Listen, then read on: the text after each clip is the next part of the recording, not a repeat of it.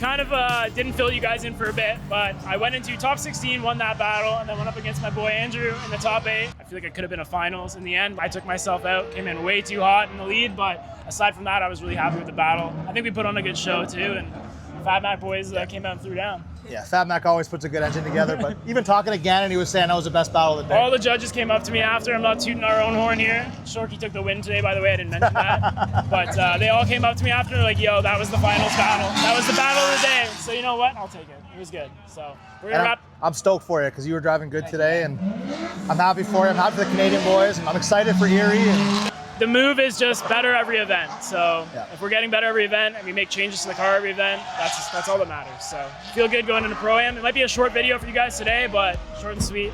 Just how we like it. That's it. Cool. Get a sim. Dude. Thanks, bro.